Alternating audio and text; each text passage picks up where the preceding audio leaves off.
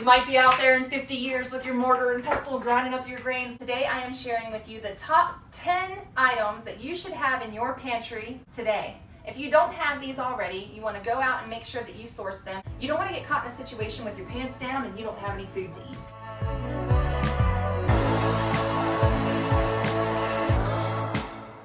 I want to welcome you back to my channel, Rouse Rising. If you are new here, my name is Katie, and today I'm sharing with you the top 10 items that you need in your pantry right now to get through anything.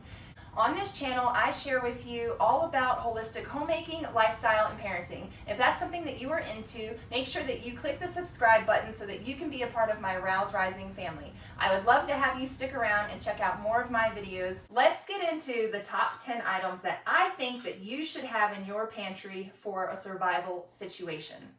The number one item that you want to make sure you have, and this goes without saying, is water. You want to have a way to source your water, to filter your water, and to have delicious drinkable water for you and your family. We use a Berkey water system, and I know that in a pinch I can run down to the river and filter my water with my Berkey water filtration system, and I can hydrate my family. That is the number one top thing that you need to make sure that you have in your prepared pantry, is a way to get good water. Now, with that said, let's hop into my top 10 ingredients that you want to keep in your prepared pantry. The number one item that you want to keep in your pantry is beans, some kind of beans. I don't care what they are. Right here I am showing you garbanzo beans, and with these you can make a variety of things. Beans are used in every culture around the world. They are a great way to nourish your body. They are chock full of protein, and there are so many different ways that you can prepare them. There's plenty of recipes to suit every taste. Along with your beans, you want to make sure that you are stocking up on rice. Rice is a wonderful shelf-stable food that, when stored properly, lasts years, as well as your beans. These can last years and years and years. As long as they are stored properly, you will always have a delicious food available to you on your shelf. Just add water. Full of carbohydrates, it's going to fill your belly and sustain you and make your meals go a little bit farther. The next item is oats. You can make oatmeal, you can make oat milk, you can add it to your breads. There's so many ways to use oats. I keep oats in my pantry and we rotate through them. I buy a 25-pound bag of oats every 3 to 4 months, and we use those up just wonderfully in a lot of our dishes. You can use it as a crumble on your fruit preserves and things like that, make delicious desserts. There's just so many ways that you can use oats, including oat milk. If you need milk for something, make yourself some oat milk. There you go. Make sure you have some oats. The next item is flour or wheat berries to grind your own flour. Wheat berries can also be cooked and boiled in water, and they can be served as a side dish or added to salads and things like that, whether a pasta salad, a bean salad. There are a variety of ways that you can use your wheat berries. They also store for up to 50 years, so you are going to have a shelf-stable item that you can turn into flour or use in your cooking however you choose. Get some grains for your stores so that you know in the next 50 years if you need to make flour. If you're out there with a stone, you might be out there in 50 years with your mortar and pestle grinding up your flour, and you can build a fire and make yourself some bread. So you are going to survive as long as you have some grains. You can use flour for so many things. You can thicken your sauces and your gravies. It's just such a versatile thing. As long as you're not gluten intolerant or celiacs, you want to have some kind of flour or wheat berries in your long-term food storage so that you can add that different food staple, that different variety of food to your family's diet. The next thing you want to have is sugar. Right here I have organic cane sugar, and if you buy just plain sugar, you can use that to make your powdered sugar. You can use that to make your brown sugar. You just need molasses. Sugar is going to give you a boost in your mood in a survival situation. It's going to uplift you. Let's say if you were like living in the woods in Alaska for a really long time, having a little bit of sugar to make yourself a cobbler or a dessert or a cake, whatever it is just really going to be nice to have on hand. But what I really recommend that you have in your pantry, and this is going to take the place of sugar because it serves to have way more purposes than your plain sugar, is honey. Honey is medicinal, it is antiseptic, it is antimicrobial, antifungal, you name it. Honey is amazing. You can use it on wounds if you have like a bad burn. Honey is great for that, as well as it will soothe a sore throat, ease a cough, and you can use it in all of your food preparations. You can use it to honey ferment different things. Like I love honey fermented garlic, so you can use it in fermentation, food preservation, so many different uses. You want to make sure that you have honey. It lasts forever. It may crystallize, but you can remedy that by submerging the container that it's in some hot water, and then that will re-liquefy it again. So if it crystallizes, it's still good. It lasts forever. Another sweetener you might consider to keep on your pantry shelf is maple syrup. It has over 90 trace minerals from the tree that got sucked up from the ground, and this is going to provide you with some necessary nourishment. If you don't have honey or sugar, it is nice to have some maple syrup. However, it doesn't have as long of a shelf-stable life once it is opened. So just be mindful and cautious of that. It does need to be kept refrigerated. You can't just leave it on the shelf forever.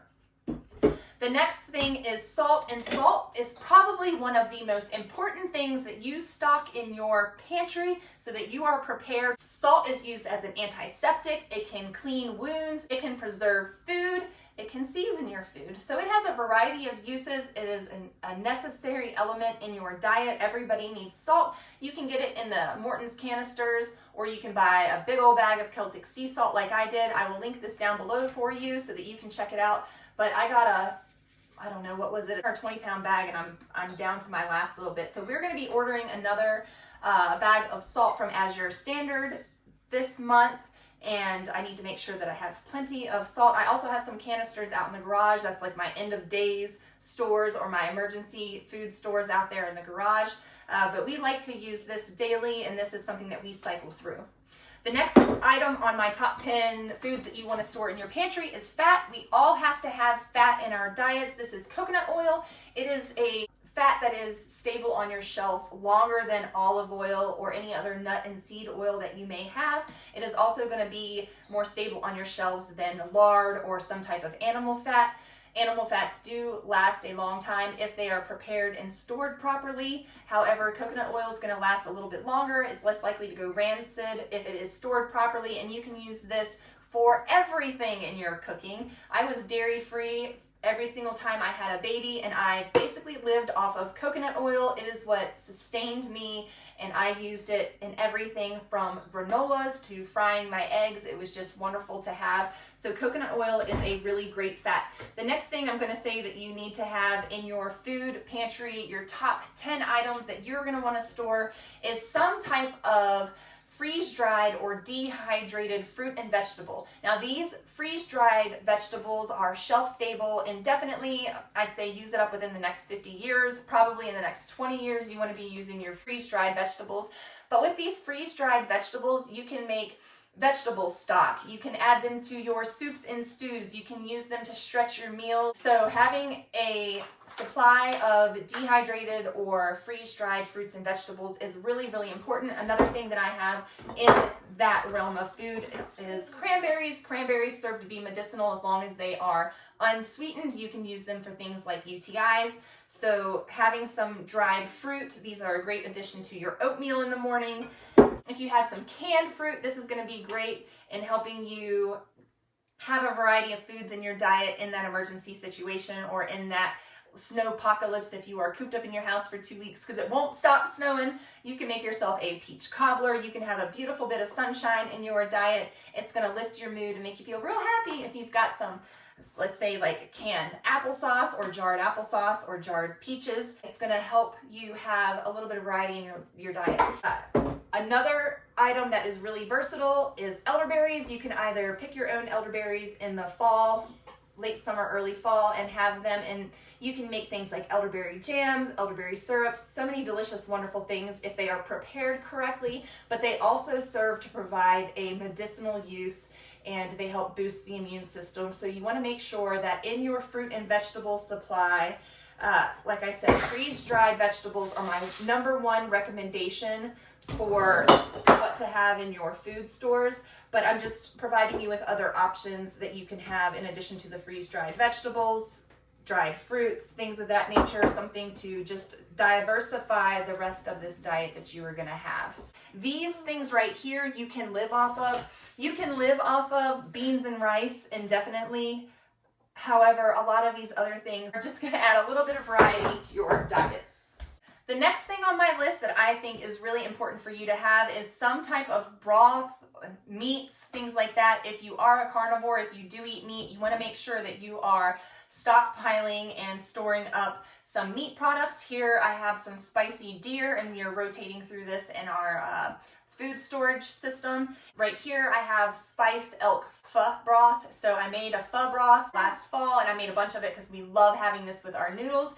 So if you can stock some kind of broth, it's gonna make your rice more nutritious. Broth is going to add a depth of flavor to your meals. It's going to nourish you. It's going to coat your gut. It's just really going to give your meals that you make from your pantry supply the extra bang for the buck that you spent on them. So I highly recommend having some kind of either vegetable broth, your vegetables to make broth, or broth on hand in your emergency pantry food stores. You can also buy powdered broths and bouillons and things like that. So having a bouillon or a broth in your pantry is going to just really diversify your food stores. Another thing that is off my list, but I just want to make mention here, are your nut and seed butters. When you make your bread, you'll have a nice little thing to spread on your bread. These do expire. They don't have a very long shelf life. I would say a couple years or less. However, I don't know anybody that's died from eating expired peanut butter before. So we've got our nut and seed butters. That's going to give our kids a little bit of joy in the mundane. If we're in a situation where we're living off of our pantry food items that we've stored for the long term, we're going to want to make sure we have things like sugar, nut butters, fruits for our kids. It's nice to have a little bit of variety for them. They can be a little temperamental, you know. But in a survival situation, kids will live and thrive off of beans and rice. So that's the plus there on that side of things. Another thing I recommend having is vinegar. Vinegar you're going to be able to clean with. You're going to be able to treat certain ailments with. And it's going to help you soak your beans to get rid of the phytic acid. It's going to add flavor. It's just another great thing to have in your pantry. Right here I have apple cider vinegar. I get the gallon of apple cider vinegar from Azure Standard, and then I refill my bottle to keep in the pantry. I'll link all of this stuff down below, and you guys can shop for it. If you don't want to go out to the grocery store, you can order it from the comfort of your home. That is what is so wonderful about the modern day. But the downfall to the modern day is not everything is permanent, not everything lasts forever. So we want to make sure that we're prepared with all of our food stores in case things hit the fan. Or if there's a job loss, or if we, there's a variety of reasons why you should stock your pantry with these 10 items. Thank you so much for watching this video today. I appreciate you being here with me. If you have any questions about anything that I recommended in my top 10 items that you need to store in your pantry today, leave a comment down below. If I left something out, or if you have a suggestion, I would love to hear it. Let's have a conversation about that down in the comments. We want to help each other out and make sure that we are all giving suggestions that benefit one another. So if you have a suggestion, please share it. I love to hear what other people do and how other people store and stock their pantries. Thank you so much for watching today. Until next time, bye!